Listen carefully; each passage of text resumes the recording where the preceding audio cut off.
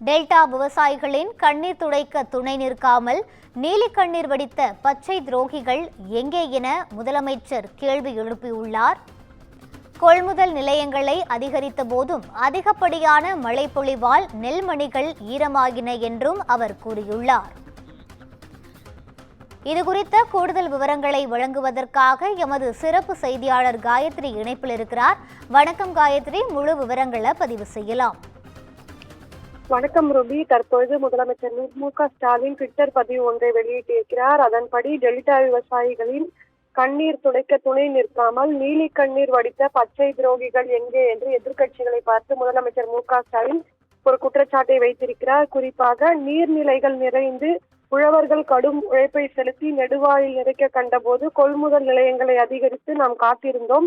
ஆனால் அதிகப்படியான மழை பொழிவால் நெல்மணிகள் ஈரமானதாக அவர் குறிப்பிட்டிருக்கிறார். இந்நிலையில் சாகுபடி காலத்திற்கு முன்னதாகவே ஏன் அறுவடை செய்யவில்லை என்றெல்லாம் அதிமேதாவித்தன அரசியல் செய்தார். மேலும் பச்சை துண்டு போட்டு பச்சை துரோகம் செய்தவரான எதிர்கட்சி எடப்பாடி பழனிசாமி தற்பொழுது எங்கு இருக்கிறார் என்ற ஒரு கேள்வியை அவர் எழுப்பியிருக்கிறார்.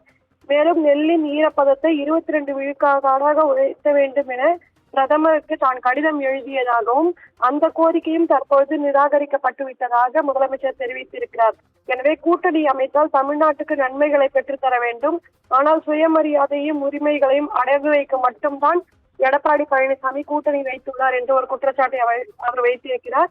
3 வேளாண் சட்டங்களை மண்டி போட்டு ஆதரித்த பழனிசாமி அவர்கள் ஒரு முறையாவது தலையை நிமிரச் செய்து நமது உழவர்களின் கோரிக்கையை பிரதமரிடம் கூறியிருக்கிறாரா என்ற ஒரு கேள்வியை அவர் எழுப்பியிருக்கிறார்.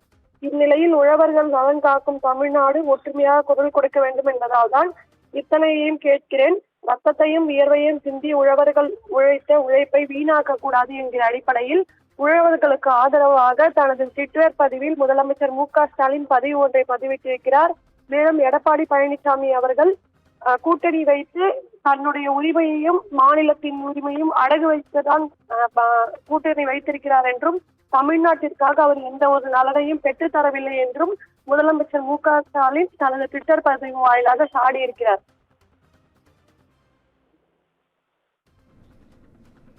விவரங்களை வழங்கியமைக்கு நன்றி காயத்ரி.